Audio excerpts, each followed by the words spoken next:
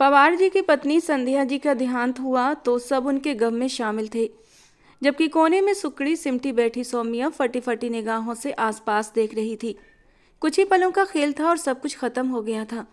अभी तो उसकी माँ एकदम ठीक ठाक थी और अगले ही पल वो इस दुनिया से चली गई थी। वो तो उनके लिए चाय लेने गई थी और जब चाय लेकर आई तो संध्या जी सोफे पर एक तरफ को लुढ़क चुकी थीं। उसने चीख चीख कर अपनी माँ को उठाया, लेकिन उनकी सांसें तो उनके शरीर से जुदा हो चुकी थीं। वो तड़प तड़प कर रोई थी। पवार जी और ईशान उस समय ऑफिस में थे। उसने जल्दी से फ़ोन करके अपने भाई और अपने पापा को बुलाया था। पल भर में एक कयामत थी जो उन लोगों पर टूट चुकी थी। पवार जी का इस दुनिया में अपना कोई नहीं था सिवाय उनके एक दोस्त संजय मल्होत्रा के, जो उनके बराबर में ही रहते थे। रोने पीटने की आवाज़ सुनकर संजय जी और उनकी पत्नी रागिनी जी फौरन पवार जी के घर पहुंचे थे और जो खबर उन्हें मिली थी उनके भी दिल कांप उठे थे। रागिनी जी ने आगे बढ़कर सौम्या को अपने सीने से लगा लिया और उसे तसल्ली दी। होनी को कौन टाल सकता था। खैर, धीरे धीरे पूरा घर मेहमानों से भर चुका था। कोई किसी के दुख बांटने की कोशिश जरूर करता है, लेकिन उन दुखों में कमी नहीं आती। हाँ, मन थोड़ी देर के लिए जरूर बहल जाता है। जब तक मेहमान उनके घर में आते रहे उन लोगों का मन बहला रहता था, लेकिन जैसे ही मेहमानों ने आना कम कर दिया, घर में खामोशी थी जो हर वक्त छाई रहती। सौम्या एकदम टूटकर बिखर चुकी थी। पवार जी से अपनी बेटी की हालत देखी नहीं जाती थी और आज संध्या जी को गए पूरा 1 महीना हो चुका था। जब संजय जी ने एक दिन अपने दोस्त पवार से कहा, पवार, मेरी बात पर सोच विचार कर। तू और ईशान ऑफिस में होते हो, घर पर सौम्या अकेली रहती है। तुम सौम्या को मेरे घर छोड़ जाया करो, अकेली बच्ची घर पर कैसे रहेगी। वो बात सही है संजय, लेकिन इस तरह जवान बच्ची को तुम्हारे घर भी नहीं छोड़ सकता, लोग बातें बनाएंगे। पवार जी ने कुछ सोच समझ कर ही ये बात कही, क्योंकि संजय जी के खुद के 2 बच्चे थे, नंदिनी और रोहन। रोहन बड़ा था जबकि नंदिनी छोटी थी। दोनों परिवारों के चारों बच्चे बचपन से ही एक साथ खेल कूद कर बड़े हुए थे, लेकिन जैसे ही जवानी की दहलीज पर कदम रखा था सब अपनी अपनी हद में रहते थे। लेकिन दिलों का क्या करते, जिनमें एक दूसरे के लिए मोहब्बत पनपने लगी थी। नंदिनी ईशान से मोहब्बत कर बैठी थी, जबकि सौम्या रोहन से। ठीक है पवार, लेकिन हमें सौम्या का कुछ तो करना ही पड़ेगा ना। इस तरह बच्ची को अकेला नहीं छोड़ सकते। ऐसा करो, मेरे आंगन वाली दीवार को तोड़ दो, जिससे कि सौम्या अपने घर में ही रहेगी, लेकिन हमारी नज़रों के सामने रहेगी। और पवार जी को ये फैसला अच्छा लगा था। उसी दिन दोनों घरों के बीच की दीवार को तोड़कर अलग कर दिया गया था। अब ये मकान एक हो चुका था, लेकिन पोर्शन अलग अलग थे। संध्या जी के जाने के बाद जैसे ही घरों की दीवारें टूटी तो किचन भी एक हो गए थे। एक ही किचन में खाना बनता और एक ही टेबल पर सब लोग खाना खाते थे, क्योंकि यही एक समय होता था जब सब लोग आपस में मिलकर बैठते और बातें करते और दिलों के गम हल्के हो जाते थे। सौम्या काफ़ी हद तक बहलने लगी थी, लेकिन इसके बावजूद भी पवार जी, संध्या जी और रागिनी जी के दिमाग में कहीं ना कहीं ये जरूर था कि लोग अब भी बातें बना सकते हैं, तो क्यों ना लोगों का मुंह हमेशा के लिए बंद कर दिया जाए। और इस तरह सौम्या और रोहन की शादी का फैसला किया गया। सौम्या, जो अपने माँ के जाने से बहुत दुखी थी, उसे एक जीने का नया सहारा मिला था। उसके दिल से माँ के जाने की तकलीफ थोड़ी थोड़ी कम होने लगी थी, क्योंकि वो रोहन को पसंद करती थी। यूं बड़ों की रजामंदी से दोनों की जल्दी ही शादी कर दी गई। सौम्या जानती थी कि नंदिनी ईशान को पसंद करती है और सौम्या अपने इकलौते भाई से बेहद मोहब्बत करती थी, तो वहीं नंदिनी भी उसे बहुत प्यारी थी। और जब उसने ये बात रोहन के कान में डाली कि नंदिनी और ईशान का रिश्ता कर देते हैं, तो रोहन एक पल के लिए चौंक गया था। लेकिन ईशान में कोई बुराई तो नहीं थी, इसलिए वो एक गहरा सांस लेकर रह गया था। अगले ही दिन उसने ये बात अपने माँ बाप के सामने रखी। वैसे रोहन, ईशान में कोई बुराई तो नहीं है, लेकिन ये अदले बदले की शादी मुझे पसंद नहीं है। ईशान की बहन तुम्हारे घर में और तुम्हारी बहन ईशान के घर में, मुझे ये कुछ ठीक नहीं लगता। पापा, इसमें बुराई क्या है?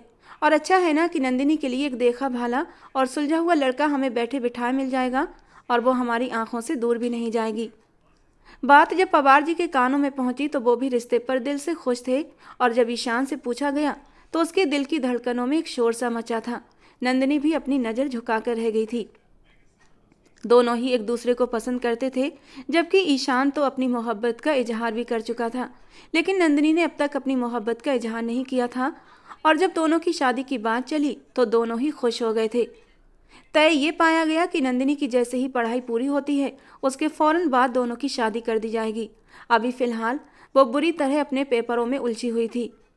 सौम्या, एक बार नंदिनी से मुलाकात करवा दो ना, उसे देखे हुए पूरे 15 दिन हो चुके हैं। फ़ोन पर ईशान अपनी बहन सौम्या से बात कर रहा था। खबरदार ईशान, जो तुमने नंदिनी से मिलने की कोशिश की, तुम जानते हो ना उसके पेपर चल रहे हैं और वो अपनी पढ़ाई को लेकर कितना सीरियस रहती है। यार कैसी बहन हो तुम, तुम्हें अपने भाई पर तरस नहीं आता? सिर्फ एक मुलाकात करवा दो यार। हरगिज भी नहीं समझे। सौम्या को उसकी हालत पर बड़ा ही मजा आ रहा था और फिर एक गहरा सांस लेते हुए बोली, वैसे मैंने सोचा है क्यों ना तुम लोगों की परमानेंट ही मुलाकात करवा दी जाए। वो शरारती अंदाज में बोली थी। क्या मतलब, कहना क्या चाहती हो? जबकि सौम्या खिलखिलाकर हंस पड़ी थी, क्योंकि उसने अपने सास ससुर के बीच बातों को सुन लिया था कि पेपर के अगले दिन ही उन दोनों की शादी का प्लान था। और जब उसने ये बात ईशान को बताई तो वो खुशी से कितनी ही देर तक कुछ बोल नहीं पाया था। थैंक यू दीदी, इतनी अच्छी खबर सुनाने के लिए। खुशी से चहकते हुए उसने फ़ोन बंद कर दिया था और नंदिनी को सोचते हुए अपनी आने वाली ज़िंदगी के लिए ढेरों सपने सजा लिए थे। लेकिन कौन जानता था कि अभी तो इन लोगों की ज़िंदगी में एक बहुत बड़ा तूफान आने वाला था जो सबकी ज़िंदगी को हिलाकर रख देता। मम्मा, इतनी जल्दी क्या है? कम से कम मेरे पेपर तो ख़त्म हो जाने दें। शादी वाली बात पर नंदिनी के दिल की धड़कनों ने शोर तो मचाया था, लेकिन पता नहीं क्यों इतनी जल्दबाजी पर वो बुरी तरह घबरा गई थी। अरे जल्दबाजी कहाँ है? और वैसे भी जितनी जल्दी शादी हो जाए ठीक ही है। तुमने कौन सा दूर जाना है? एक पोर्शन से उठकर दूसरे पोर्शन में चले जाना है। लेकिन मम्मा, अभी तो मेरे पेपर हैं। हाँ तो कौन सा, पेपरों के बीच तुम्हारी शादी करा रहे हैं। पेपर के अगले दिन ही तुम्हारी शादी हो जाएगी। वैसे भी ईशान का कहना है ज़्यादा धूम धड़ाका नहीं चाहिए। सादगी से सारी रस्में करने के बाद तुम्हें विदा कराकर वो अपने साथ ले जाएगा। और खैर, उसने अपनी माँ से ज़्यादा बहस नहीं की थी और अपने पेपर देने के लिए यूनिवर्सिटी चली गई। लेकिन दिल अब नए अंदाज से धड़कने लगा था और फिर उसने ईशान के ख्यालों को झटकते हुए अपना सारा ध्यान पढ़ाई की ओर लगा दिया था। और आज वो अपना आखिरी पेपर देकर आई थी तो बहुत सुकून से थी। वो अपनी नींद पूरी करना चाहती थी। वो दिन में भी पूरे 2 घंटे सोई थी और रात को भी खाना खाकर जल्दी ही सो गई थी। नंदिनी, उठ जाओ यार, और कितना सोना है। सारे मेहमान नीचे इकट्ठे होना शुरू हो चुके हैं। भूलो मत, आज शादी है तुम्हारी। सौम्या ने उसे चौथी बार आकर जगाया तो वो मुंह बनाती उठी। क्या भाभी, मैंने कहा था मेरी शादी रख लो आज के दिन। कल ही पेपर से फ्री हुई और आज शादी कर लूं। नंदिनी मुंह बनाते उठी थी, जबकि आंखों में नींद की लाली अभी भी झलक रही थी। ये बात तो तुम ऐसे कह रही हो जैसे तुम्हें पहले नहीं पता था कि आज तुम्हारी शादी है। सौम्या ने उसका बिस्तर तय करते नॉर्मल से अंदाज में कहा। यार भाभी, मुझे अभी और सोना है। वो फिर से लेटने का इरादा बनाने लगी। बिल्कुल नहीं, अब तुम्हारी मम्मी ने गुस्सा करना है क्योंकि उन्होंने साफ कहा है कि तुम्हें नीचे लेकर आऊं। सौम्या ने उसे वापस उठाकर बिठाया। मैंने नहीं करना कोई शादी वादी, आप जाकर बोल दें ईशान को वो किसी और से शादी कर ले। मुझे नींद आई है। वो मुंह बनाते बोली। शायद कुछ पल भगवान ने ऐसे भी रखे होते हैं कि उसमें प्रार्थना बहुत जल्दी स्वीकार हो जाती है। अभी वो अंदर आती बातें कर रही थी कि अचानक बाहर से शोर की आवाज़ पर दोनों चौंकती हुई बाहर निकली। तुम मेरी बहन के साथ ऐसा कैसे कर सकते हो? रोहन के हाथ ईशान के गिरेबान पर थे, जबकि वो होंठ भींचे माथे पर बल डाले रोहन को देख रहा था। इस वक्त पूरे मेंशन में एक भूचाल सा आया हुआ था। छोड़ो रोहन, इसे पीछे हटो। संजय जी ने बेटे रोहन को ईशान से पीछे हटाया। आप मुझे पीछे हटा रहे हैं? और ये, इसे देखें, शादी करके आ गया है। इसे शर्म नहीं आई? मेरी बहन इसके इंतजार में बैठी है और ये किसी और से शादी करके आ गया। रोहन की आवाज़ काफ़ी ऊंची थी, जबकि उसके शब्द सुनते ही नंदिनी पर तो पहाड़ ही गिर गया। अविश्वास से ईशान को देखा। वो ऐसा कैसे कर सकता था? नंदिनी से शादी में तो उसकी भी मर्जी शामिल थी और फिर वो कैसे उसे चीट कर सकता था? नंदिनी की आंखों से आंसू बहते चले जा रहे थे। मैं अपने काम से ना ही शर्मिंदा हूँ, ना ही मुझे किसी को सेटिस्फेक्शन देने का इरादा है। शादी की है मैंने, कोई पाप नहीं किया। ईशान भी उतनी ही सख्ती और सर्द अंदाज में बोला कि सभी ने हैरत से उसे देखा था, जबकि ईशान के पापा पवार जी ने अपने बेटे को दुखी निगाह से देखा। जी तो चाहता है कि तुम्हारा चेहरा थप्पड़ों से लाल कर दूं, लेकिन जब बेटा बाप के कद के बराबर हो जाए तो बाप को ही अपने कदम पीछे हटा लेने चाहिए। मुझे माफ़ कर दे संजय, आज मैं अपनी औलाद की वजह से बेहद शर्मिंदा हूँ। पवार जी ने अपने जान से प्यारे दोस्त संजय के आगे हाथ जोड़ दिए। जबकि संजय जी ने अपनी पीठ अपने दोस्त की तरफ से मोड़ ली थी, क्योंकि वो अपने जान से प्यारे दोस्त की आंखों में आंसू देख ही नहीं सकते थे।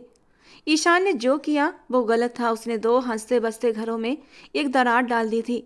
मैं इसे जान से मार दूंगा, रोहन फिर से गुस्से से आगे बढ़ा, लेकिन संजय जी ने उसे रोक लिया। तुम्हें मेरी कसम रोहन, खबरदार जो ईशान पर हाथ भी उठाया। संजय जी फिर से रोहन को रोकने लगे, जबकि इसी वक्त दम साधे इस मंजर को देख रहे रिश्ते के कुछ मेहमान जो दूसरे शहर से पहुंच चुके थे, अब वो भी सर झुकाए अफसोस कर रहे थे। ईशान के पास खड़ी वो लड़की दुल्हन बनी इस वक्त अपनी सहमी नजरों से सबको देख रही थी। दुल्हन बनी वो लड़की कुछ कहने के लिए आगे बढ़ी। अंकल आप लोग ईशान को गलत, जबकि ईशान ने आगे बढ़कर तुरंत उसका हाथ पकड़ लिया। चुप हो जाओ महिमा, तुम कुछ नहीं बोलोगी। जबकि नंदिनी हैरान निगाहों से उन दोनों को देख रही थी। दोनों के बीच हमेशा दोस्ती वाला रिश्ता पनपता रहा था, लेकिन आज ये रिश्ता शादी में बदल रहा था। तो इसके पीछे इच्छा भी ईशान की ही थी। तो आज उसने अपनी इच्छा को दरकिनार करते हुए कैसे किसी और लड़की को अपनी पत्नी बना लिया और इस घर में ले आया था। ये नंदिनी की इंसल्ट नहीं तो और क्या थी। नंदिनी के दिल में नफरत का उबाल उठा था। ये क्या कर दिया तुमने ईशान? सौम्या ने भी ईशान की तरफ हैरत से देखकर पूछा। मैंने कहा ना सौम्या, मैं किसी की बात का जवाब देने के मूड में नहीं हूँ। फिर क्यों पीछे पड़े हैं आप लोग? वो परेशान हुआ था तो क्या करें हम? क्या कसूर नंदिनी का है जो इस शादी का झांसा देकर तुम किसी राह चलती को? राह चलती नहीं है, पत्नी है मेरी, शादी करके लाया हूँ। इज्जत से बात करें उसके लिए। ईशान गुस्से से बात काट कर बोला। इज्जत? कौन सी इज्जत जो आज सबके सामने मिट्टी में मिला दी तुमने? पवार जी अपनी बेटी की तरफ से बोले थे। ईशान की कम अकली से उनकी बेटी नंदिनी की घर गृहस्थी भी खतरे में पड़ गई थी। उन्हें तो दोहरी तकलीफ का सामना करना पड़ रहा था। मेरे शादी करने से आपकी इज्जत मिट्टी में नहीं मिल जाती। इतने हाइपर ना हो और चिल करें। महिमा तुम आओ मेरे साथ। ईशान अपनी नई नवेली दुल्हन का हाथ थामे अंदर की तरफ बढ़ने लगा। 1 मिनट, अगर तुमने फैसला कर ही लिया है तो फिर एक फैसला मेरा भी सुन लो। रोहन की सख्त आवाज में सौम्या का दिल डूब कर उभरा था। यकीनन अब उसे सजा मिलने वाली थी। ईशान ने अपनी मुट्ठियां भींच रखी थीं। भरी महफिल में आज तुमने मेरी बहन को रुस्वा किया है। तुम्हें क्या लगता है मैं इतनी आसानी से ये सब हो जाने दूंगा? रोहन की बात का मतलब वहां मौजूद सभी लोग समझ गए थे। रोहन, इससे पहले कि वो कोई और सख्त बात करता, रोहन की मां रागिनी ने बेटे को सख्त आवाज से पुकारा था। वो माथे पर बल डाले उनकी तरफ पलटा। कोई भी गलत बात मुंह से मत निकालना रोहन, वरना पूरी जिंदगी तुम्हें माफ नहीं करूंगी। रागिनी जी की बात पर रोहन ने गहरा सांस लेते हुए अपने गुस्से को कंट्रोल करते पास पड़ी टेबल को झटके से ठोकर मारते हुए वहां से निकलता चला गया था। नंदिनी और सौम्या बुरी तरह घबरा गईं। रोहन का गुस्सा बहुत तेज था, जबकि ईशान महिमा का हाथ थामे अपने कमरे की तरफ बढ़ गया, जबकि एक निगाह भी उसने नंदिनी पर नहीं डाली थी। सब कुछ एक पल में खत्म हो गया था। नंदिनी अपने कमरे की तरफ भाग गई, जबकि सौम्या ने दर्द से उसे जाते देखा।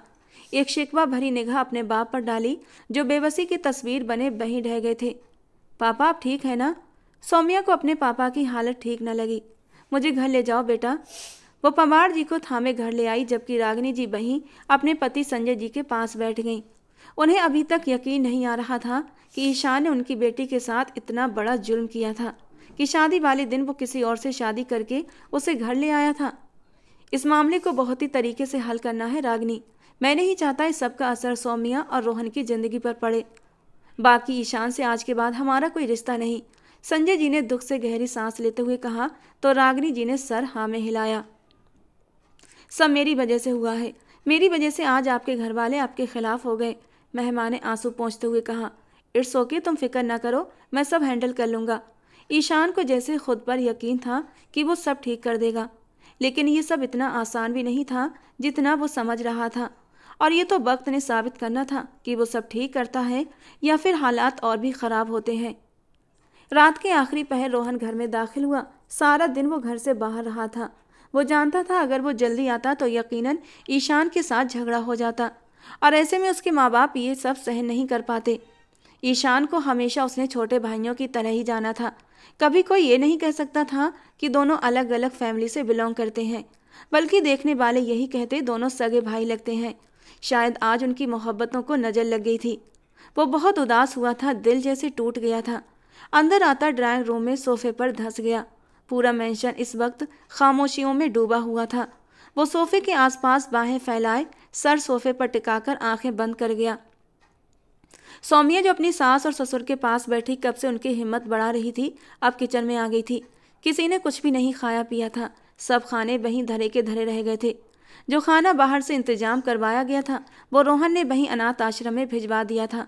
सबको शादी कैंसिल होने की खबर दे दी गई थी। सौम्या उठकर किचन से अपने कमरे की ओर जा रही थी, लेकिन खटके की आवाज़ सुनकर चौंकते हुए डाइनिंग रूम की तरफ आई। रोहन को यूं थका हारा देखकर सौम्या का दिल दुख से भर गया। उसने धीरे से आंसू पोंछे और उसके पास जाकर बैठ गई। सौम्या ने उसके घुटने पर हाथ रखकर उसे अपनी ओर बुलाना चाहा, लेकिन रोहन ने आंखें खोलकर एक नज़र उसकी ओर घुमाई और फिर सौम्या को देखा। उसकी आंखों में इतना दर्द था कि सौम्या की पलकें झुक गईं। वो सीधा होकर बैठा, लेकिन जैसे ही रोहन ने अपने घुटने पर रखा, सौम्या के हाथ को गुस्से से झटका तो इस हरकत पर सौम्या के दिल में दर्द की एक लहर उठी। वो अपना सिर दोनों हाथों पर रखकर न जाने किन गहरी सोचों में डूब गया। सौम्या के पास कहने को कुछ भी नहीं था। शायद वो बड़ी हिम्मत जुटाकर उसके पास आई थी, लेकिन रोहन के यूं हाथ झटक देने से उसकी हिम्मत भी टूट गई थी। आंसू पोंछते हुए वो खामोशी से उठ गई, जबकि रोहन के दिमाग में अब भी विचारों का एक तूफान सा चल रहा था। उसकी बहन की जिंदगी बर्बाद हो गई थी और जिसने उसकी बहन की जिंदगी बर्बाद की थी वो उसके सामने आबाद खड़ा था। उसकी नज़रें ईशान के पोर्शन की ओर उठीं, जो इस वक्त अंधेरे में डूबा हुआ था। फिर उसकी नज़र अपनी बहन के कमरे की ओर गई। रात के 12 बज रहे थे और वो नंदिनी से मिलना चाहता था। उसे अपने होने का एहसास दिलाना चाहता था कि उसका भाई अभी जिंदा है, लेकिन ये वक्त सही नहीं था। वो खामोशी से उठकर अपने कमरे की ओर बढ़ गया। उधर सौम्या बाथरूम से निकल रही थी कि उसने रोहन को कमरे में आते देखा और ठिठक गई, लेकिन फिर नजरें झुकाकर बिस्तर की ओर बढ़ गई।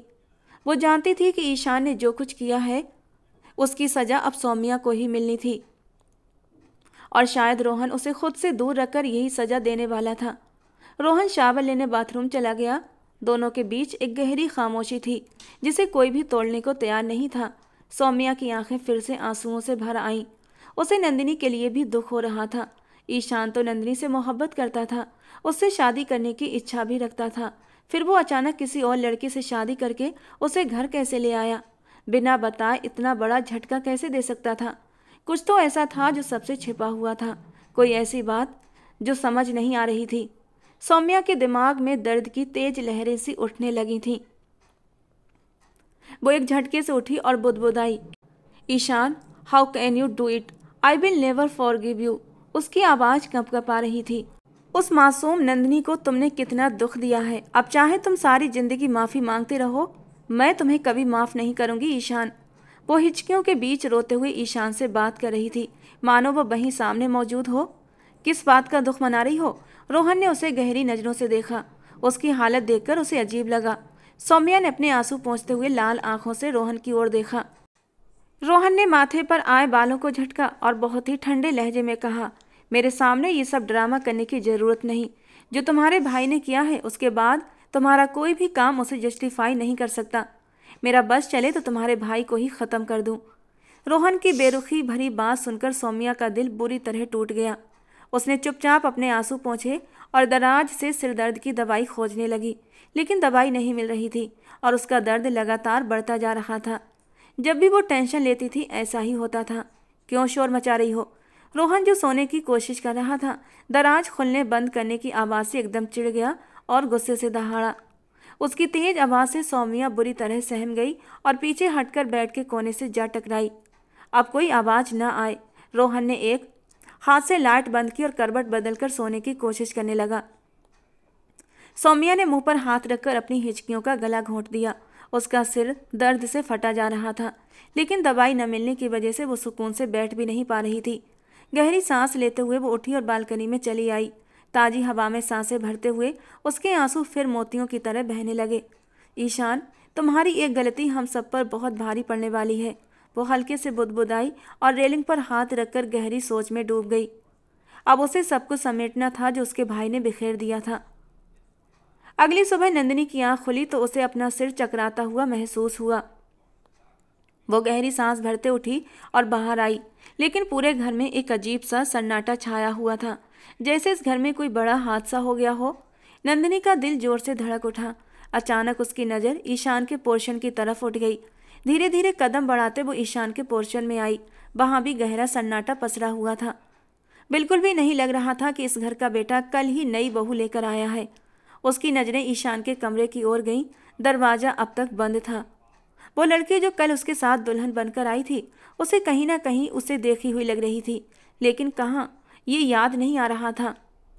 उसी वक्त सौम्या किचन की ओर जाती दिखी तो नंदिनी जल्दी से अपने पोर्शन की ओर लौटी और फिर उसके पीछे पीछे किचन में आ गई। उसने सौम्या के चेहरे को ध्यान से देखा। उसका चेहरा एकदम पीला पड़ा हुआ था। यकीनन भाई ने उसके साथ अच्छा व्यवहार नहीं किया होगा। ये मर्द जात भी ना, जब एक दूसरे से बदला नहीं ले सकते तो औरत का सहारा लेते हैं, नंदिनी ने दिल में सोचा और गुस्से से होंठ भींच लिए। अरे नंदिनी, तुम जाग गई? सौम्या ने उसे देखते ही उसकी तरफ कदम बढ़ाए। उसके चेहरे पर हल्की सी नरम मुस्कान थी। तबीयत ठीक है? सौम्या ने नंदिनी के माथे पर हाथ रखते हुए पूछा। मैं ठीक हूँ भाभी। भाई कहाँ है? नंदिनी के चेहरे पर हल्की सी मुस्कान भी नहीं थी। कल तक जो नखरे उठवाती थी आज उतनी ही चुप थी कि सौम्या का दिल दुख गया। वो तो सुबह सुबह ही कहीं चले गए, सौम्या ने धीरे से जवाब दिया। सौम्या का चेहरा खामोश था। वो और नंदिनी दोनों मिलकर डाइनिंग टेबल पर नाश्ता लगाने लगी। दोनों ही खुद को व्यस्त रखने की कोशिश कर रही थी। सौम्या रागिनी जी और संजय जी को नाश्ते के लिए बुलाने गई, जबकि पवार जी के पोर्शन से अब तक कोई नहीं आया था। ये बड़ी सी टेबल जो दो परिवारों को खाने के समय जोड़ती थी, आज सभी एक दूसरे से नजरें चुरा रहे थे। माहौल की उदासी पल पल बढ़ती जा रही थी। तभी रागिनी जी ने नंदिनी से कहा, बेटा नाश्ता भाभी लगा लेंगी, तुम ऐसा करो अपने अंकल को बुलाकर लाओ। लेकिन मामा, नंदिनी हिचकिचाई। नंदिनी, मैंने कहा ना जाओ। माँ की बात सुनकर नंदिनी चुपचाप भारी कदमों से पवार जी के पोर्शन की ओर बढ़ गई। घर अब भी सन्नाटे में डूबा हुआ था। उसने धीरे धीरे अंकल के कमरे की ओर कदम बढ़ाए और दरवाजे पर दस्तक दी। अंदर से तुरंत आवाज आई, आ जाओ। नंदिनी को सामने देखकर पवार जी का दिल भारी हो गया। उनकी आंखें भर आईं। मैं तो तुमसे माफ़ी भी नहीं मांग सकता बेटा, उन्होंने गहरी उदासी में कहा। आपको किसने कहा माफ़ी मांगने के लिए? आप बड़े हैं, ऐसा मत सोचिए। मुझे बिल्कुल अच्छा नहीं लगेगा। चलिए नाश्ता कर लीजिए, फिर आपको ऑफिस भी तो जाना होगा ना, नंदिनी ने हल्की मुस्कान के साथ कहा। पवार जी ने उसके सिर पर प्यार से हाथ फेरा और गहरी सांस भरते हुए अपने कमरे से बाहर निकल आए। फिर वो संजय जी के पोर्शन में पहुंचे और चुपचाप डाइनिंग टेबल पर सिर झुकाकर बैठ गए। संजय जी अपने दोस्त की हालत देखकर दुखी थे, लेकिन वो अपनी बेटी की तकलीफ भी नज़रअंदाज नहीं कर सकते थे, जो ईशान के नाम पर सपने सजाने लगी थी। नंदिनी अपने चेहरे के भाव सामान्य करने की कोशिश कर रही थी ताकि घर के बाकी लोग भी सहज हो सकें। सौम्या ने गहरी सांस लेते हुए नाश्ता सर्व करना शुरू कर दिया। तभी ईशान और महिमा उधर आते दिखाई दिए। ईशान सीधे डाइनिंग टेबल की ओर बढ़ा और सौम्या से बोला, सौम्या नाश्ता। ईशान, ये नाश्ता हम सबके लिए बनाया गया है। अपने और अपनी नई नवेली दुल्हन के लिए नाश्ता खुद बना लो। किचन का रास्ता उधर है, सौम्या ने सख्त लहजे में कहा। प्लेट की ओर बढ़ता ईशान का हाथ रुक गया था। उसने गहरी नज़रों से सौम्या को देखा और बोला, अच्छा हुआ पहले ही बता दिया कि अब यहाँ 2 वक्त की रोटी भी नसीब नहीं होगी। कोई बात नहीं, जिस तरह पोर्शन अलग हैं, किचन भी अलग कर लेते हैं। उसकी इस बात पर पवार जी और संजय जी ने दुख भरी नज़रों से उसे देखा। जिनकी दोस्ती की मिसाल पूरा इलाका दिया करता था, वही दोस्ती तोड़ने के लिए आज उनका बेटा ईशान खड़ा था। ईशान कुर्सी से उठने ही वाला था कि संजय जी ने गुस्से में कहा, वापस बैठो ईशान। उनके टोकने पर सभी हैरान रह गए। सौम्या बेटा, खाने से किसी दुश्मन का भी हाथ नहीं रोका जाता, और ईशान कोई गैर नहीं है। आगे से मैं ये सब दोबारा न देखूं। संजय जी ने सौम्या को हल्की फटकार लगाई। नाश्ता सबको सर्व करो सौम्या, रागिनी जी ने भी सख्त लहजे में कहा। सौम्या मजबूरी में ईशान और महिमा को भी नाश्ता परोसने लगी। गुस्से से भरी नंदिनी अचानक टेबल से उठकर खड़ी हुई। नंदिनी बेटा, नाश्ता करके जाओ, संजय जी ने उसे रोकते हुए कहा तो एक पल के लिए उसके कदम रुक गए थे। रोहन, जो अभी अभी डाइनिंग टेबल की ओर आ रहा था, महिमा और ईशान को नाश्ता सर्व करते देखा तो गुस्से में भड़क उठा। सौम्या, तुम्हारी इन लोगों के लिए आवभगत हो गई हो तो अपने पति को भी देखो। गुस्से में उसकी आवाज़ ऊंची हो गई थी। रोहन की आवाज़ सुनते ही सौम्या के हाथ से चाय का कप छूट गया और गरम गरम चाय उसके हाथ पर गिर गई। सौम्या, ध्यान से। ईशान बेचैन हो उठा और सौम्या का हाथ पकड़ लिया। नंदिनी भी तुरंत सौम्या की ओर बढ़ी। भाभी, ज़्यादा तो नहीं जला? सौम्या अपना हाथ सहला रही थी। लेकिन उसकी नज़रें तो बस रोहन पर थीं, जो गुस्से में अपने कमरे की ओर बढ़ गया था। भाभी यहाँ आइए, मैं आपको दवा लगा दूँ, नंदिनी ने कहा और सौम्या को अपने कमरे की ओर ले गई। पापा, ईशान ने पवार जी को पुकारा। शायद कुछ कहना चाहता था। पवार जी ने उसकी ओर देखा लेकिन तुरंत हाथ उठाकर रोक दिया। तुम्हारा बाप तो कल ही मर गया था तुम्हारे लिए। बेहतर होगा मुझे दोबारा अपनी शक्ल मत दिखाना और ना ही मुझे पापा कहना। उनके कठोर शब्दों ने सभी को सन्न कर दिया था। पवार जी सख्त कदमों से उठे और वहां से चले गए। महिमा चुपचाप सिर झुकाए अपने आंसू पोंछ रही थी। इस घर के लोग मेरे आने से बिखर गए हैं ईशान, मैं तो खुद को कभी माफ़ नहीं कर पाऊंगी। माही, जो जैसा चल रहा है उसे चलने दो, किसी से कुछ कहने या सुनने की ज़रूरत नहीं है, ईशान ने गंभीर स्वर में कहा। अब उसे इन हालातों पर गुस्सा आने लगा था। ये सब उसके अपने थे, लेकिन सिर्फ कहने के लिए। अगर सच में अपने होते तो क्या उसकी तकलीफ को नहीं समझते? उसे सबसे ज़्यादा गुस्सा अपनी बहन सौम्या और अपने पापा पर आ रहा था। गुस्से में वो कमरे से बाहर निकला, तभी सामने से नंदिनी आ गई और दोनों की एक जोरदार टक्कर हो गई। नंदिनी ने तुरंत उसकी शर्ट पकड़ ली ताकि गिरने से बच सके, लेकिन ईशान ने उसे कोई सहारा नहीं दिया। नंदिनी ने खुद को संभालते हुए धीरे से उसकी शर्ट को छोड़ दिया, इससे पहले वो जमीन पर दोबारा गिर पड़ती। इस बार ईशान ने नंदिनी की कमर में हाथ डालकर उसे गिरने से पहले ही थाम लिया और फिर धीरे से उसे उसके कदमों पर खड़ा कर दिया। दोनों की नज़रें एक दूसरे से बहुत कुछ कह रही थीं, लेकिन उनके होंठ खामोश थे। ईशान जा चुका था, लेकिन नंदिनी को गुस्सा दिला गया। शायद अब सारी जिंदगी इसी तरह कटनी थी, घुट घुट कर। वो ठहरी हुई निगाहों से उसे जाता देखती रही, फिर झटके से अपने कमरे की ओर बढ़ गई। 2 दिन बाद, हाथ कैसा है अब? अचानक रोहन को सौम्या के हाथ की याद आ गई। सौम्या ने उसे दुख भरी नज़रों से देखा, जैसे यकीन ही ना हो कि उसने ये सवाल पूछा है। ज़्यादा जल गया था? वो उसके पास बैठकर फिक्रमंदी से उसके हाथ को देखते हुए बोला। ठीक हूँ अब।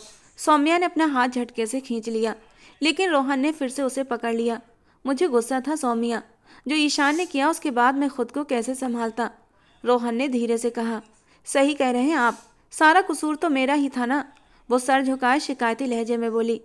शायद हालात गलत थे कि हम सब बस पिस कर रह गए। रोहन ने गहरी सांस ली और उठकर बाथरूम की ओर बढ़ गया। खाना लाऊं आपके लिए? सौम्या ने धीरे से पूछा।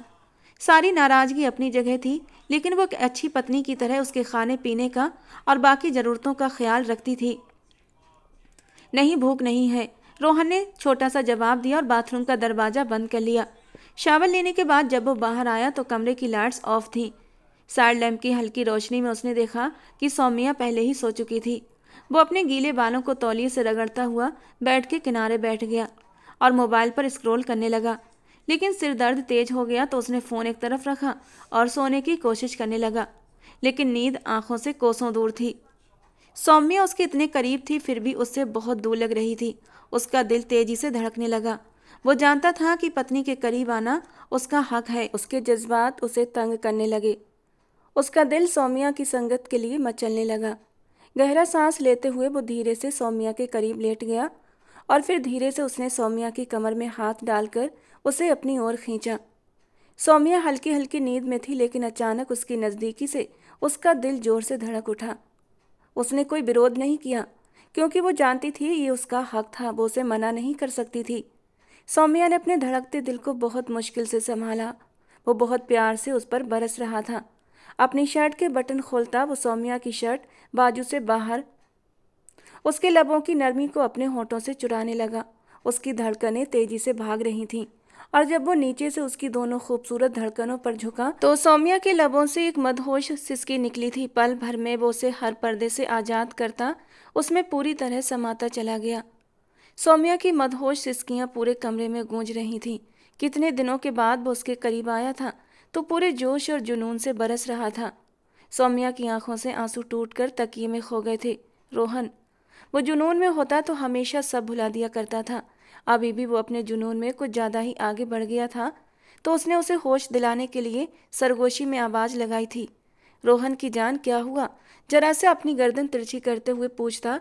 वो उस वक्त बिल्कुल कोई और ही रोहन लग रहा था। प्लीज़, वो फिसलती सांसों से बोलती उसे और मदहोश कर रही थी।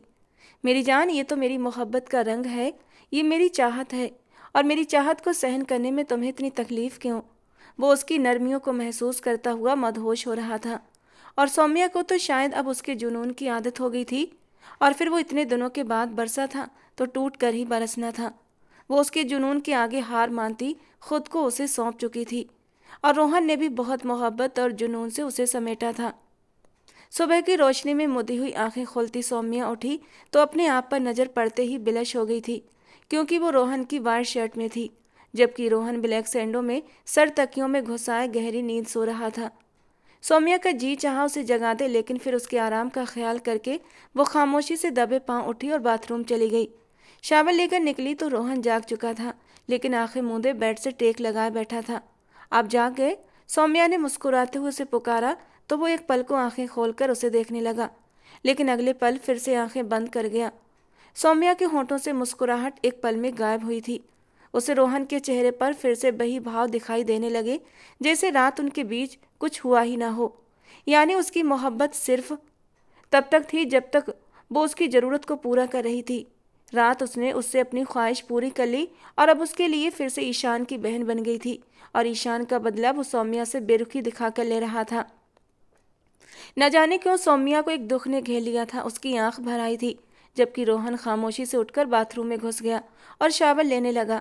मतलब साफ था कि सिर्फ एक दूसरे की तलब थी, मोहब्बत नहीं थी, एक ज़रूरत थी, चाहत नहीं थी। अपने आंसू बेदर्दी से रगड़ते वो अपने गीले बालों में जोर जोर से कंघी करने लगी। न जाने कितने ही बाल कंघी में टूटकर उसे दर्द से दो चार कर गए थे, और उसे एहसास तक न हुआ। क्या बदतमीजी है सौम्या, ये पागलों की तरह कंघी क्यों कर रही हो? वो बाहर निकलते उसे अपने बालों के साथ उलझा देखकर भड़का था। छोड़े मुझे। वो अपना हाथ गुस्से से छुड़ाती फिर जोर जोर से कंघी करने लगी। पागल हो गई हो? सारे बाल टूट रहे हैं। 2 थप्पड़ खाओगी मुझसे? रोहन ने गुस्सा बर्दाश्त करते कहा। हाँ तो उठा ले हाथ, मिल जाएगा आपको सुकून। शायद ऐसे ही आपके अंदर की आग ठंडी हो सके। वो अपने गालों पर आए आंसुओं को सख्ती से रगड़ती अपने गाल लाल कर गई थी। इतना हाइपर क्यों हो रही हो? वो आपकी बार धीमे शब्दों में बोला। हाथ छोड़े मेरा। आपको जो चाहिए था वो तो रात आपको मिल गया था ना, अब ये नाटक मत करें। सौम्या के शब्दों ने रोहन के दिमाग को एक पल के लिए घुमाकर रख दिया था। बकवास की है? क्या बकवास की है? फिर से बोलो। वो उसका चेहरा गुस्से से दबोचता अपने सामने करता उसकी गर्दन की तरफ झुका। रोहन मेरा सर। उसके खींचने की वजह से दर्द की लहर उठी थी। मेरी मोहब्बत, मेरी चाहत तुम्हें मेरी ज़रूरत लगती है? तुम्हें लगता है सिर्फ अपनी ज़रूरत की वजह से मैं तुम्हारे करीब आता हूँ? तो ठीक है, नहीं आऊँगा आज के बाद तुम्हारे करीब, समझी? वो गुस्से से उसे छोड़ता अपना मोबाइल और वॉलेट उठाकर घड़ी कलाई में पहनने लगा, जबकि वो सर दर्द की वजह से वहीं ज़मीन पर बैठती चली गई। आंखों के आगे अंधेरा सा छाने लगा। रोहन पलटकर बाहर जाने लगा कि उसे यूं नीचे बैठता देखकर उसकी तरफ लपका। उठो सौम्या, ओपन योर आइज। वो उसका चेहरा थपकने लगा। जानता था उसको सरदर्द का इश्यू है, फिर भी कभी कभी अपने गुस्से में उसे तकलीफ दे जाता था। उसे बिस्तर पर बिठाते उसके होंठों से पानी का गिलास लगाया। Are you okay? उसका सर धीरे धीरे से दबाता वो उसे अपने सीने से लगा गया, जबकि वो उसके सीने से लगी फूट फूट कर रो पड़ी। रोहन ने उसके माथे पर होंठ रखे तो उसे अपने अंदर तक सुकून उतरता महसूस हुआ। वक्त का काम है गुजरना, और वो गुजरता चला जाता है। पवार जी ने महिमा को अपने घर की बहू स्वीकार कर लिया था, और जब उन लोगों ने ही उसे स्वीकार कर लिया तो फिर रागिनी जी और संजय जी भी क्या कर सकते थे? उन्होंने भी अपने दिलों को समझा लिया था। इसके अलावा कोई दूसरा ऑप्शन भी तो नहीं था। नंदिनी ने भी यूनिवर्सिटी में एडमिशन ले लिया था। वो भूल चुकी थी कि कभी उसकी शादी ईशान से होने वाली थी। अब वो अपनी ज़िंदगी में खुश थी और अपने भविष्य पर ध्यान दे रही थी। महिमा प्रेग्नेंट थी और सौम्या भी उम्मीद से थी। नंदिनी सौम्या का बहुत ख्याल रखती थी। आखिर उसकी इकलौती भाभी जो थी वो उसे कोई भी काम नहीं करने देती। एक दिन महिमा को अचानक पेट दर्द उठा। घर में कोई भी नहीं था और वो दर्द से बेहाल हो रही थी। उसकी आंखों के आगे अंधेरा छाने लगा, लेकिन हिम्मत नहीं हो रही थी कि किसी को आवाज़ दे। किसी तरह अपने कदमों को घसीटती हुई वो संजय जी के पोर्शन की तरफ बढ़ी। दर्द सहते सहते उसका रंग पीला पड़ चुका था। अभी वो चक्कर खाकर गिर ही रही थी कि नंदिनी ने उसे फौरन थाम लिया। तुम ठीक हो? नंदिनी की आवाज़ चिंता से भरी हुई थी। महिमा ने मुश्किल से अपनी आंखें खोली और कांपती आवाज़ में बोली, मेरे बच्चे को बचा लो नंदिनी, प्लीज़। उसकी आंखों में आंसू बहने लगे। वो मम्मी, पापा, भाभी और भाई को सबको पुकारने लगी। महिमा की बिगड़ती हालत देखकर नंदिनी के हाथ पैर फूल गए थे। उसने रागिनी जी की मदद से महिमा को गाड़ी में बिठाया। मैं भी साथ चलती हूँ, सौम्या ने घबराकर कहा। नहीं सौम्या, तुम्हारी अपनी हालत भी ठीक नहीं है, तुम घर पर रहो और ईशान से बात करने की कोशिश करो। हम महिमा को अस्पताल लेकर जा रहे हैं, नंदिनी ने दृढ़ता से कहा। ड्राइवर नंदिनी और रागिनी जी के साथ मिलकर वे महिमा को अस्पताल ले आए। ट्रीटमेंट शुरू हो चुका था, तभी डॉक्टर बाहर आया और पूछा, आप में से नंदिनी कौन है? नंदिनी और रागिनी जी दोनों ही चौंक गईं। पेशेंट आपको अंदर बुला रही हैं, उनकी हालत बहुत क्रिटिकल है, प्लीज़ उनके हस्बैंड को कॉल करें, डॉक्टर ने गंभीर आवाज़ में कहा। तो रागिनी जी ने कांपते हाथों से अपना मोबाइल फ़ोन निकाला, जबकि नंदिनी अंदर आ गई। महिमा ऑक्सीजन मास्क लगाए बेड पर पड़ी थी।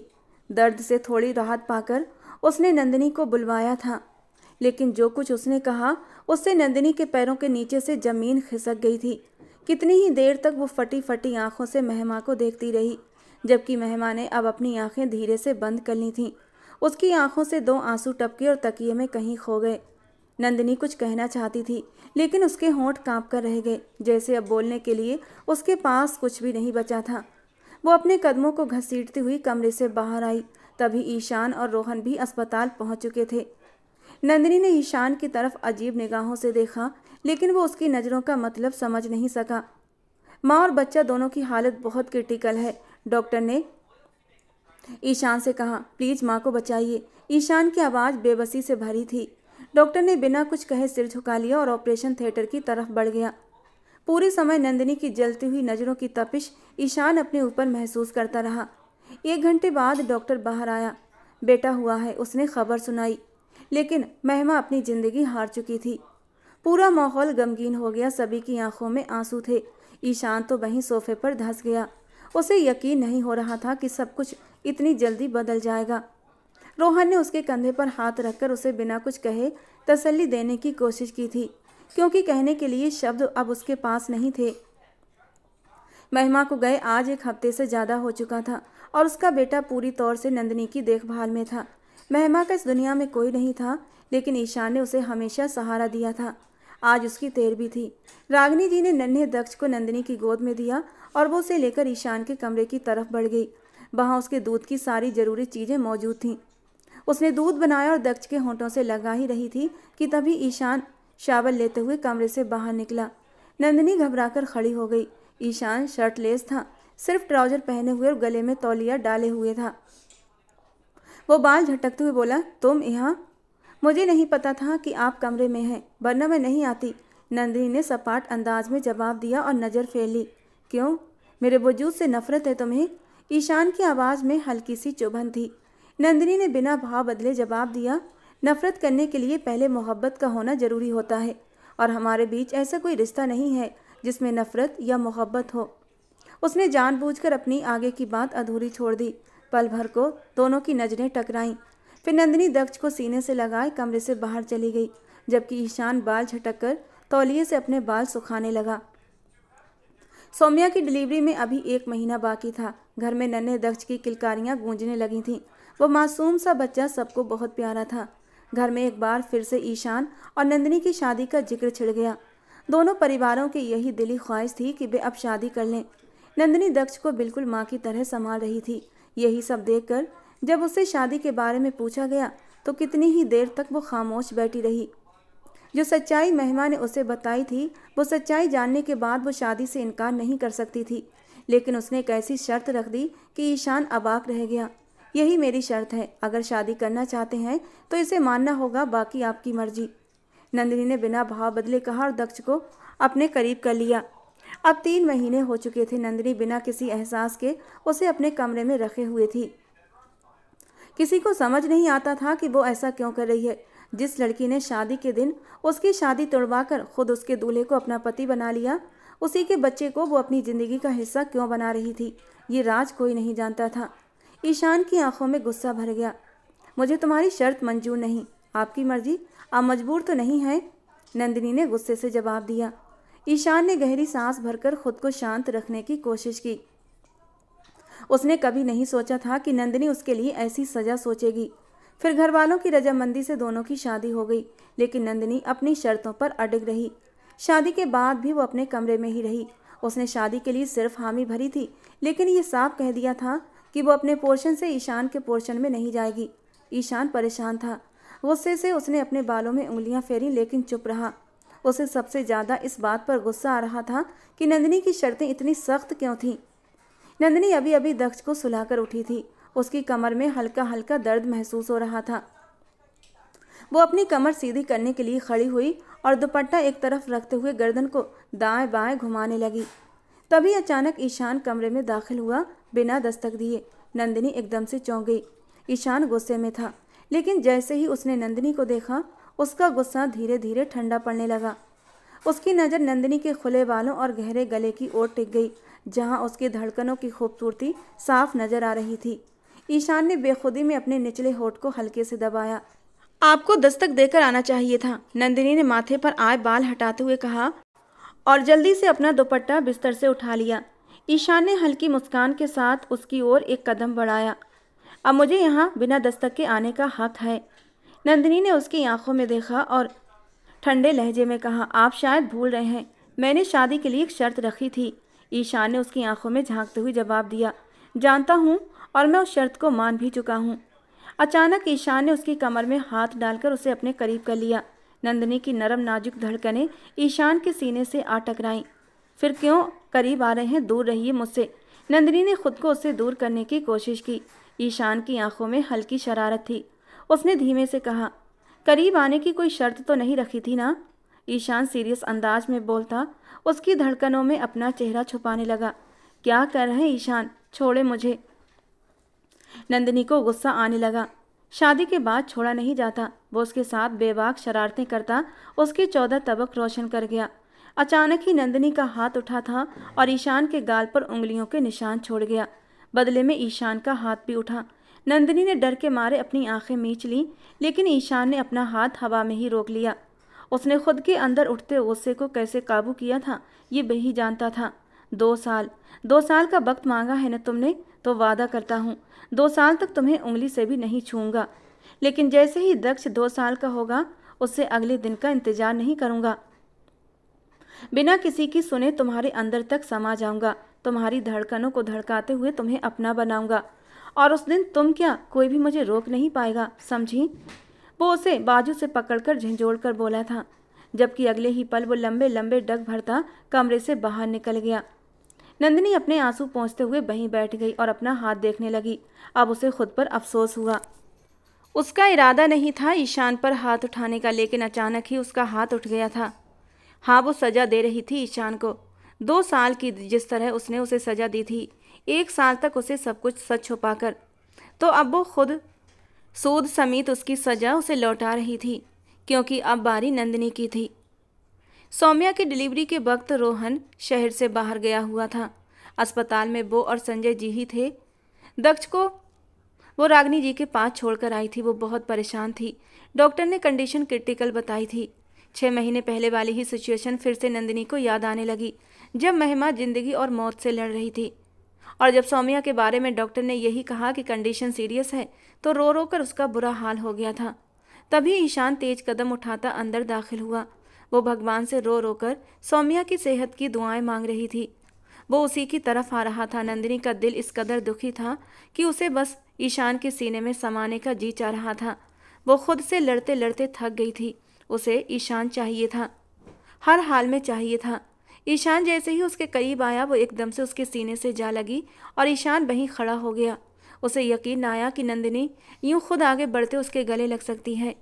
ईशान ने उसे खुद से अलग करना चाहा, लेकिन वो और उसके साथ जोर से चिपक गई। उसका रोना ईशान को तकलीफ दे रहा था।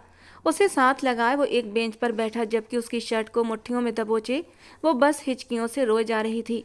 संभालो खुद को, ईशान ने धीरे से कहते उसे खुद से छुड़ाना चाहा, जबकि नंदिनी खुद पर काबू पाते पीछे हटी और अपने आंसू पोंछने लगी। आई एम सॉरी, वो मुझे। नंदिनी अपनी जल्दबाजी पर शर्मिंदा हुई थी। ईशान खामोश ही रहा। कुछ देर में डॉक्टर ने एक छोटा सा बच्चा उनकी गोद में दिया तो वो सब खेल उठे। सौम्या भी ठीक थी। सभी ने भगवान का धन्यवाद किया। मुश्किल वक्त टल गया था। सौम्या को घर ले आए। रोहन अपने बच्चे को गोद में लेकर बहुत खुश था। उसने सौम्या के माथे पर प्यार से चुम्बन दिया और हल्की मुस्कान के साथ फुसफुसाया, थैंक यू। घर में रौनक सी छा गई थी। रोहन ने पूरे घर को सजा दिया था और नंदिनी भी उसके साथ मिलकर सजावट में लगी हुई थी। दक्ष और नन्हे मोहित के आने से घर और भी गुलजार हो गया था। सौम्या का खास ख्याल रखा जा रहा था।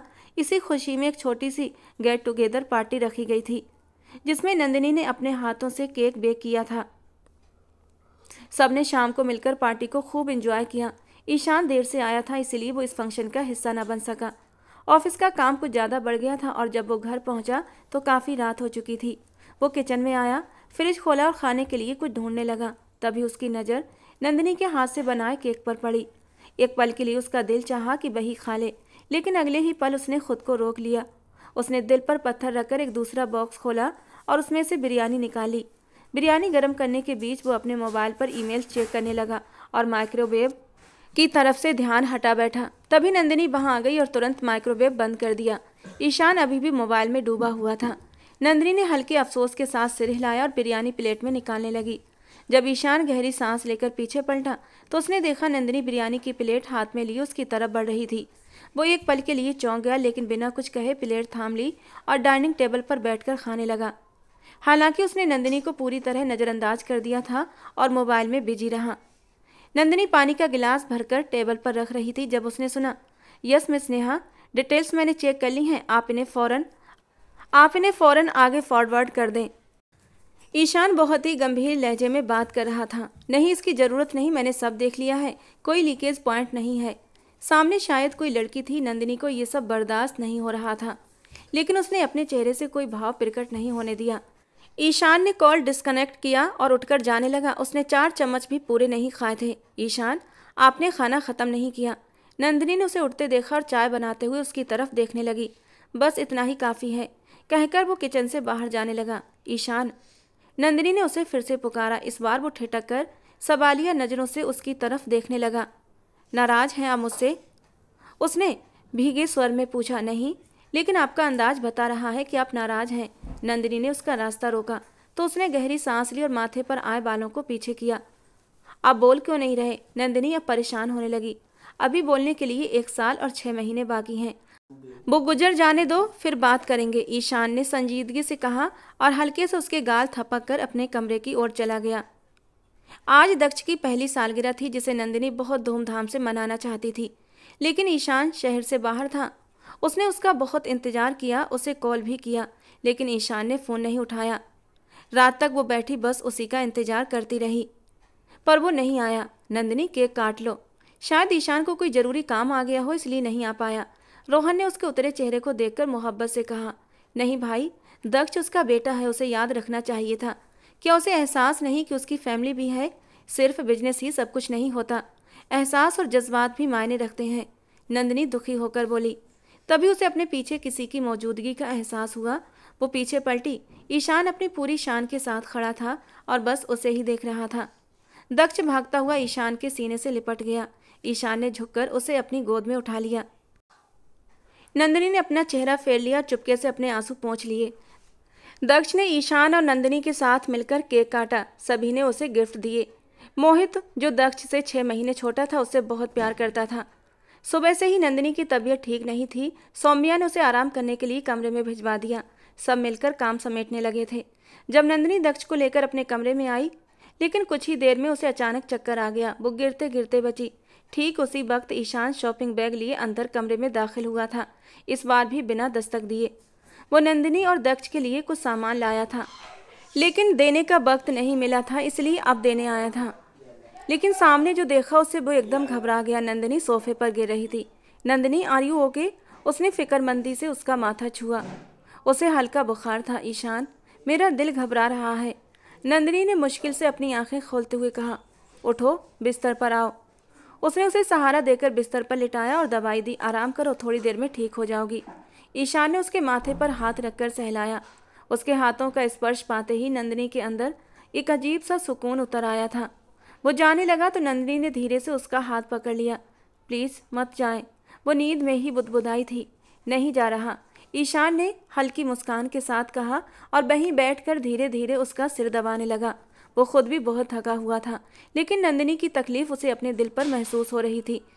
ये नाजुक सी लड़की थी, लेकिन फिर भी कभी हिम्मत नहीं हारती थी। लेकिन आज वो टूट रही थी और ईशान उसे टूटा हुआ नहीं देख सकता था, कितनी ही देर तक वो वहीं बैठा उसके चेहरे को देखता रहा। वो जानता था नंदिनी अब उसकी संगत की तलब महसूस कर रही है, उसे उसका साथ चाहिए था। लेकिन ईशान ने ठान लिया था जब तक उसकी शर्त पूरी नहीं होती वो उसके पास नहीं आएगा। वो उसे ये समझाना चाहता था कि जो शर्त उसने खुद रखी थी उस पर वो एक मर्द होकर भी टिका हुआ था, जबकि अब नंदिनी खुद अपनी शर्त पर पछता रही थी। वो धीरे से उठा, पहले दक्ष के माथे पर हाथ रखा, फिर उसकी नज़र नंदिनी के माथे पर चली गई। दिल की आवाज़ सुनते हुए उसने नंदिनी के माथे को हल्के से प्यार कर लिया था, फिर दोनों को कंबल से ढककर अपने कमरे की ओर बढ़ गया। समय पंख लगाकर उड़ गया और 1 साल बीत गया। नंदिनी अभी भी अपनी विदाई के लिए तैयार नहीं थी, जबकि दक्ष अब 2 साल का भी हो चुका था। ईशान इस पर बिल्कुल खामोश था और नंदिनी को इस बात पर गुस्सा आ रहा था कि उसने शर्त पूरी कर ली थी। वो चाहता तो बीच में ही शर्त ख़त्म कर सकता था, लेकिन उसने भी पूरे 2 साल का इंतजार किया, खुद भी तड़पा और नंदिनी को भी तड़पाया। बेटा, जैसा कि तुम्हारी ख्वाहिश थी कि दक्ष के 2 साल के होने पर ही तुम्हारी विदाई हो, तो अब देर नहीं करनी चाहिए, संजय जी ने बेटी के सिर पर हाथ रखते हुए कहा। पापा, मुझे थोड़ा सा वक्त और चाहिए, नंदिनी ने धीमी आवाज में कहा। उसे समझ नहीं आ रहा था कि वो ईशान का सामना कैसे करेगी। संजय जी ने उसे समझाया और वो समर्पण कर गई, लेकिन अपने दिल का क्या करती, जो अब एक अजीब से डर में घिर चुका था। 1 हफ्ता और बीत गया। नंदिनी की खामोशी महसूस करते हुए ईशान का सब्र जवाब दे गया था। दक्ष अब 2 साल का हो गया है, इसलिए आज से तो मेरे कमरे में सोओगी, ईशान ने किचन में खड़ी नंदिनी के कानों के पास आकर कहा। जो दक्ष के लिए दूध गर्म कर रही थी वो अचानक चौंक गई और बुरी तरह घबरा गई। जब तक उसे देखती रही ईशान आराम से अपनी बात कहकर जा चुका था। ऐसे नहीं जाऊंगी, आप सब बड़ों के सामने मुझे धूमधाम से विदा कराकर ले जाइए, तभी मैं आपके इस कमरे में आऊंगी। नंदिनी ने मन ही मन ठान लिया था। थोड़ी देर बाद वो दक्ष को बिस्तर पर लिटाकर दूध पिला रही थी कि अचानक ईशान दरवाजा खोलकर अंदर दाखिल हुआ। खुद चलोगी या उठाकर ले जाऊं? ईशान का अंदाज बेहद सख्त था। ऐसे नहीं जाऊंगी, आप सब बड़ों के सामने मेरी विदाई कराकर ले जाइए, आखिर मेरी भी कुछ ख्वाहिशें हैं, नंदिनी ने मजबूती से जवाब दिया। ईशान उसकी बात सुनकर गुस्से में आ गया। तुम्हारी ख्वाहिशों की ऐसी की तैसी, उसने झुंझलाकर कहा और दक्ष को अपनी बाहों में भरकर अपने कमरे में चला गया। नंदिनी हैरानी से बस देखती रह गई। कुछ देर बाद वो वापस लौटा और बिना कुछ कहे नंदिनी को भी अपनी बाहों में उठा लिया। ईशान, मुझे नीचे उतारिए, आप क्या कर रहे हैं? नंदिनी उसकी हरकत पर बुरी तरह घबरा गई थी। आज की रात मैं कुछ भी नहीं सुनूंगा। ईशान उसे बाहों में लिए हुए अपने कमरे में पहुंचा, दरवाजा बंद किया और उसे बिस्तर पर लिटा दिया। नंदिनी हड़बड़ाकर पीछे हटी और घबराहट से उसे देखने लगी। ईशान ने अपनी शर्ट के बटन खोलते हुए गहरी नज़रों से उसकी ओर देखा। ईशान प्लीज़, मुझे डर लग रहा है, नंदिनी ने घबराकर कहा, लेकिन उसकी नज़रों की सख्ती देखकर चुप हो गई। जितना तुमने मुझे सताया है उतना तो बनता है, ईशान ने उसकी दोनों कलाइयों को पकड़ते हुए कहा और फिर अगले ही पल अपने होठों से उसके गालों को छू लिया था, जबकि वो आंखें नीचे घबराते हुए उसका नाम ले रही थी, जबकि वो अब धीरे धीरे उसकी गर्दन की तरफ बढ़ रहा था और फिर धीरे धीरे ईशान उसके होंठ फड़फड़ाए। ईशान उसके माथे पर अपने होंठ रखते वो उसके सीने पर हाथ रखते हल्के से उसे पीछे करती हुई उसे और भी उकसा रही थी, जबकि वो तो पूरी तरह जुनून और मदहोश में डूब चुका था।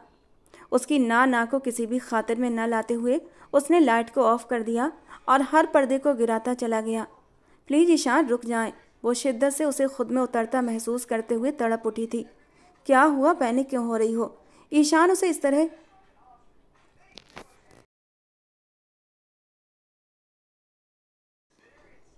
नंदिनी की बात पर वो कुछ पल तो अपनी जगह से हिल भी न सका। 2 साल तक उसे अपनी पत्नी होते हुए भी छू नहीं सका था, उसके करीब नहीं आया था और आज उसकी शर्त पूरी करते हुए दिल से उसके करीब आया तो वो उसे ज़बरदस्ती का नाम दे रही थी। तुम्हें लगता है कि मैं ज़बरदस्ती कर रहा हूँ? वो जरा सा पीछे हटा था, उसे अपनी आवाज़ कुएं से आती महसूस हुई। नंदिनी का दिल बुरी तरह धड़का। वो पीछे हट रहा था। ईशान, मेरी बात। वो अब पीछे हटा और उसे पीछे हटता देखकर वो पागल हुई थी। नज़दीक आ रहा था तो बर्दाश्त नहीं हो रहा था, दूर जा रहा था तब भी जान निकलने लगी थी। बस नंदिनी, अब और नहीं, तुम जानती हो इस कदर करीब आकर दूर जाना मरने के बराबर होता है। तो ठीक है, तुम खुश रहो।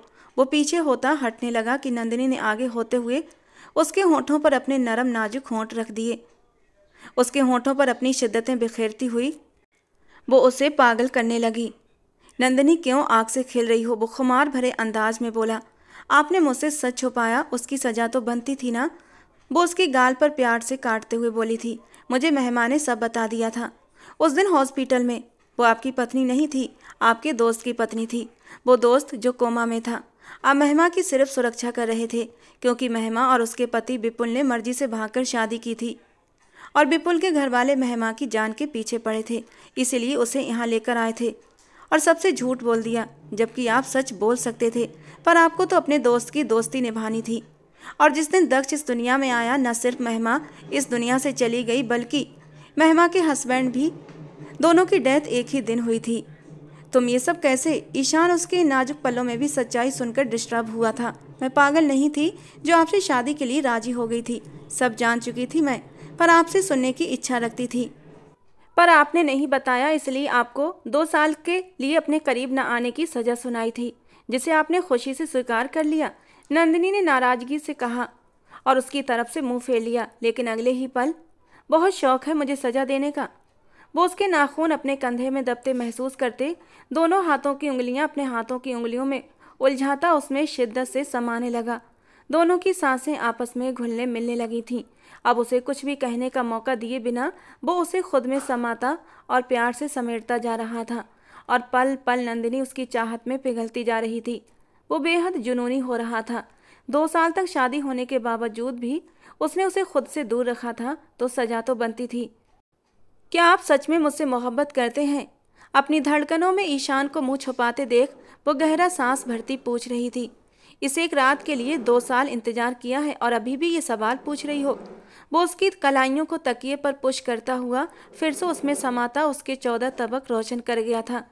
रात की स्याही फैलती जा रही थी और कमरे में उनकी मोहब्बत जोर पकड़ती जा रही थी। आखिरकार ईशान को उसकी मोहब्बत जो मिल गई थी।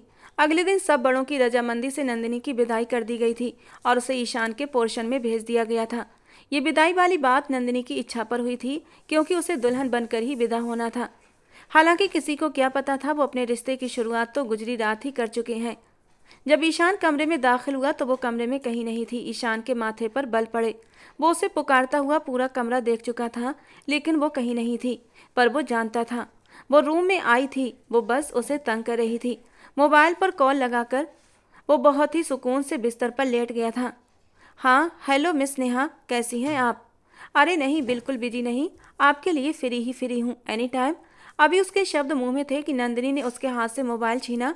अगले ही पल ईशान ने उसे अपनी तरफ खींचते अपने सीने पर गिराया और उसके लबों पर झुकता, बिना उसको सोचे समझने का मौका दिए बगैर उस पर हावी होता चला गया। दोनों का इश्क आखिरी मंजिल पर पहुंचकर पूरा हो चुका था। जज्बातों का तूफान थमा तब उसके सीने पर सर रखे वो सुकून से लेटी हुई थी, जबकि वो उसके बालों में उंगलियां फिराता हुआ उसके माथे पर अपने होंठ रखकर उसे सुकून दे गया। एक बात मानोगी नंदिनी? बोलो, तुम मेहमा और दक्ष की सच्चाई अपने सीने में हमेशा के लिए दबा लो। ऐसा क्यों? उसने जरा सा सर उठाकर ईशान से पूछा। वो इसलिए कि सब लोग दक्ष को मेरा बेटा समझते हैं और उसे वही मोहब्बत और मान देते हैं। मैं नहीं चाहता कि घर वालों को पता लगे दक्ष मेरा बेटा नहीं है और सब उससे नफरत करने लगे। लेकिन ईशान दक्ष का परिवार है, उसके दादा दादी, उसे उसका हक मिलना चाहिए। वो लोग उसे स्वीकार नहीं करेंगे, लेकिन दक्ष के बड़े होने के बाद उसे उसका हक जरूर मिलेगा और वो हक मैं उसे दिलवाऊंगा। बस तुम इस राज को राज ही बनाकर रखना। वादा है ईशान, ये राज हमेशा मेरे सीने में दफन रहेगा। सुकून से कहते हुए उसने ईशान के सीने पर सर रखते हुए अपनी आंखें मूंद ली थीं।